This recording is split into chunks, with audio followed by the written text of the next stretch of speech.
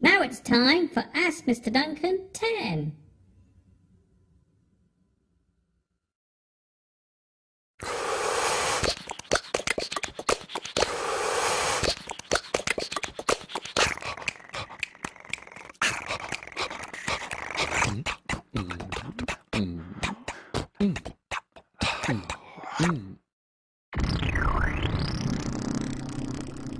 Hi everybody, this is Mr Duncan in England. How are you today? Are you okay? I hope so. Are you happy? I hope so. Here I am once again with another pick and mix of your questions and conundrums sent in to me by you. So without any more messing about, let us have our first question for today. What are the differences between the verbs lie and lay?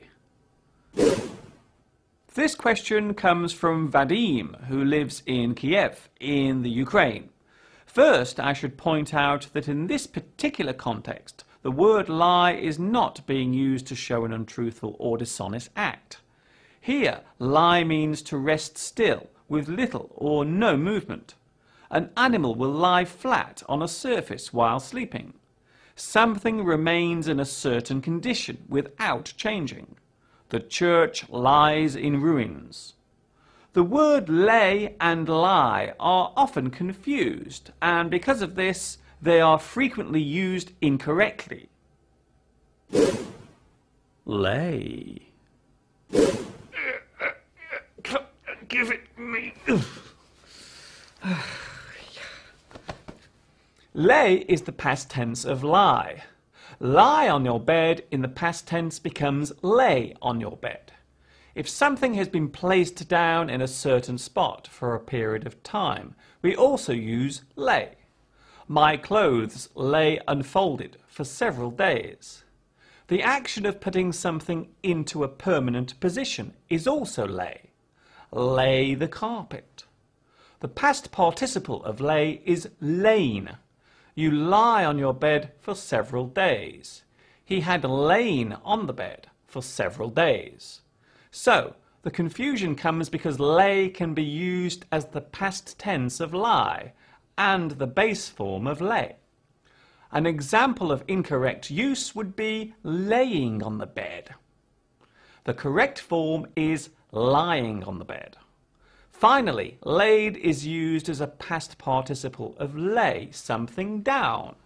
The carpet has been laid. The hen has laid some eggs. Could you please explain the correct order of adjectives in a sentence during one of your lessons? This question comes from Siwanon, who lives in Thailand. As this is a big subject, I will just go through the basics today. An adjective is a word that describes the qualities of an object, person, or idea, or a word that groups them together. We usually use size, shape, and colour to express the qualities of something or someone. Adjectives fall into three forms: absolute, comparative, and superlative. For example, big, bigger, biggest. Great, greater, greatest. Dark, darker, darkest. Good, better, best. Ripe, riper, ripest. Let's take a look at some adjectives in simple sentences. A blue car. He drives a large blue car.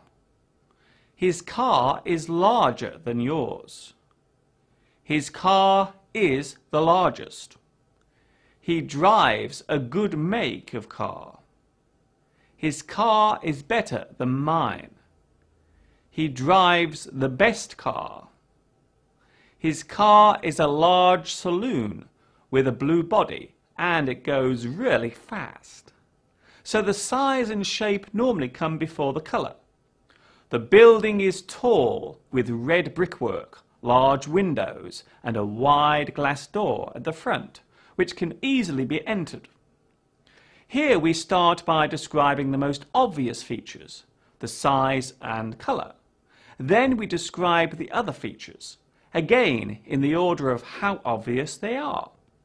There are many windows, so we mention them before the one door. When describing a person, the rules are slightly different. For example, if you are looking for a certain individual, you may describe them first by their colour, then their approximate age, and finally their size and shape. We are looking for a white man in his early 20s who is tall and slim with brown hair and blue eyes. They may also describe the clothes he could be wearing. If you are describing a person you already know, or if you are describing yourself, you will often go straight to the size and shape. He is tall and slim with brown hair and blue eyes. We do not usually draw attention to the age of a person we already know, as it can be considered rude. Oh, you must be so thirsty under all these hot lights. There we go. Have a little drink, not too fast. Before I wave adieu to you and you and you, I would like to say a special hello to Liliana Moreno in Colombia, who sends a big thank you to me for my lessons. Well, thank you, Liliana, for thanking me. Jami Yanyav in Mongolia. Selina Zhao in Shanghai, China. It is nice to see that some people in the mainland of China are still watching me, despite YouTube being blocked there for the past 13 months. A big ni hao to you. Asari Huang in Vietnam. Melissa in Turkey.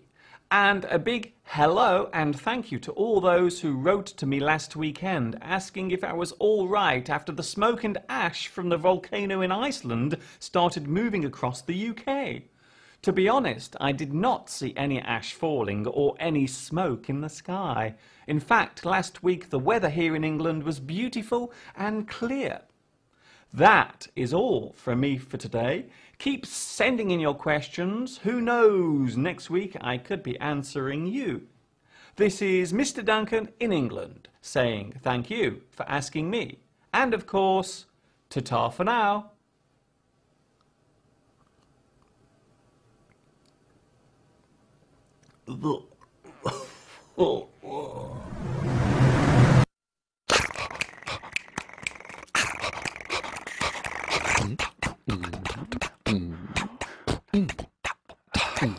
Mm.